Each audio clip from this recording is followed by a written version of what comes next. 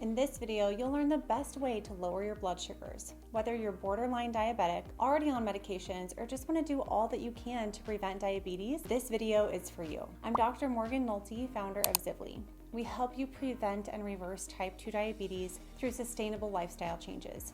If you enjoy this video, please give it a thumbs up and hit that subscribe button so more people can see it. There are so many pieces of advice online about how to lower blood sugars. Fasting, walking, supplements, the list goes on and on. Some of the advice can be confusing and overwhelming, but today I'm keeping it simple for you. The best way to lower blood sugars is to follow a low-carb diet. Diet as in the noun, not the verb. The verb definition of diet is to restrict yourself for a certain period of time to achieve a certain goal, like weight loss or lowering blood sugars. The noun version of diet is a way in which you habitually eat. This way of eating must become part of your lifestyle, and once it does, your blood sugars will be so much easier to manage. Think of your blood sugar levels like a plant that needs water to thrive.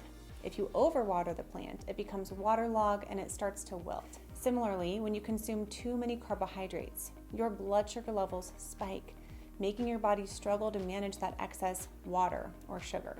By reducing the amount of water you give your plant, just like cutting back on carbs, you create a healthier environment for it to grow. The plant flourishes when it receives the right amount of water, just as your body performs better when your blood sugar is stable. So by following a low-carb diet, you're essentially ensuring that your plant or your body thrives, instead of drowning it with too much sugar. So what exactly is a low-carb diet? Well, there's no standard definition of what classifies as a low-carb diet. We consider very low carb to be 50 grams or less of net carbs per day, low carb to be 50 to 100, moderate carb to be 100 to 150, and high carb to be above 150 grams of net carbs per day. And these carbs would not include your fiber because net carbs are the total carbs minus the fiber.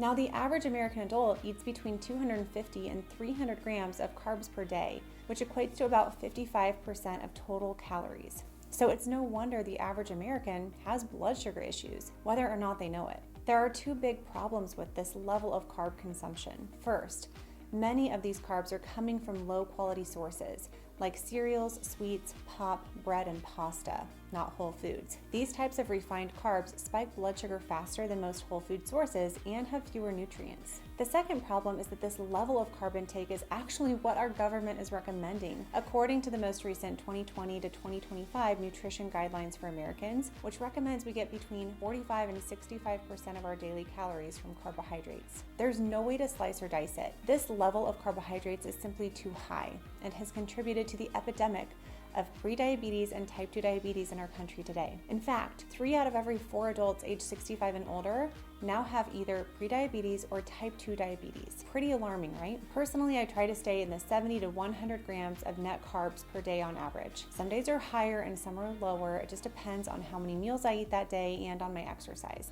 On the days where I move my body more, I know that I can tolerate more carbohydrates. If I'm wanting to do high intensity exercise, such as high intensity interval training, sprints, or heavy lifting, I know that I'm going to perform better if I have some carbohydrates. If I'm trying to get into ketosis or burn more fat or maybe have more mental focus, I'll have less carbs. You don't have to be perfect because really that doesn't even exist. You also don't have to switch to a low-carb lifestyle overnight. Now, if you have type 2 diabetes or you're already taking medications to lower your blood sugar, a lower carbohydrate approach than mine will probably work better for you, like 50 grams of net carbs per day, at least for a while until your blood sugars get better controlled. In addition to a low-carb diet, we recommend a higher protein diet to support satiety and muscle health. We typically recommend about 1 gram of protein per pound of ideal body weight per day. So what would a sample day of eating look like? Eating 1,800 calories with 50 grams of net carbs and 150 grams of protein? Here's a sample day with the recipes and nutrition information broken down. For breakfast, you could have an egg and spinach scramble with 4 large eggs, a cup of spinach,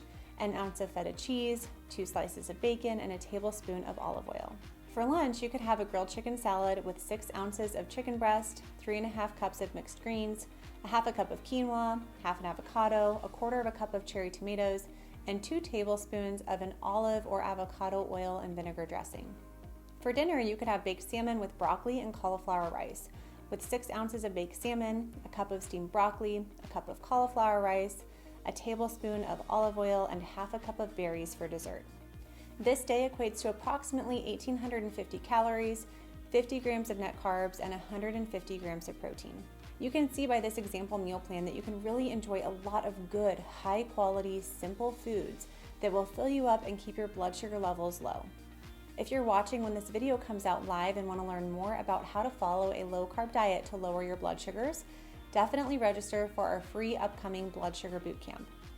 If you're watching after registration for this bootcamp closes, be sure to sign up for our Zivli Diabetes Prevention and Reversal Program waitlist so that you're notified when we have any more free trainings and when enrollment for our program opens up again.